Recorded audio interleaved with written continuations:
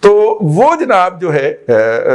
نتیجے کے طور پہ یہ نکلا کہ وہ جو اگلے دن کی رسومات تھیں وہ انہوں نے اٹینڈ نہیں کی، جہاں سے ان کے اوپر یہ والا کرٹیسزم سٹارٹ ہوا،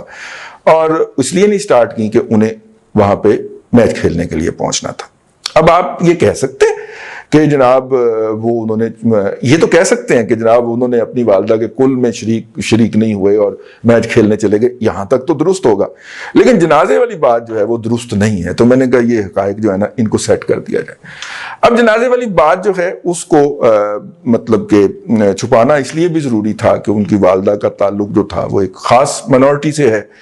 اور اس وقت وہ چونکہ 73 کا آئین میں تازہ غیر مسلم قرار پائے تھے، تو اس سے پہلے ان کے ساتھ رشتہ داریاں کرنا کوئی معیوب نہیں تھا، مطلب ایک معمول کی بات تھی، ٹھیک ہے۔ تو وہی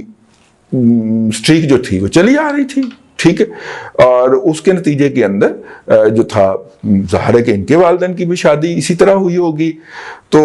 اب جب وہ دفنانے کا پلیس تھا اور اس کے بعد جو رسومات ہوتی ہیں اس میں جو لوگ ان کے ننیال سے تشریف لاتے تو وہ ان کے لیے مسائل پیدا کر سکتے تھے، ٹھیک ہے۔ تو اس لیے انہوں نے اس ایونٹ کو اوائڈ کیا، دفنانے کے اندر کیا ہوگا، میں یہ سمجھتا ہوں، کیونکہ دفنانے کے اندر اگر وہ شریک ہو گئے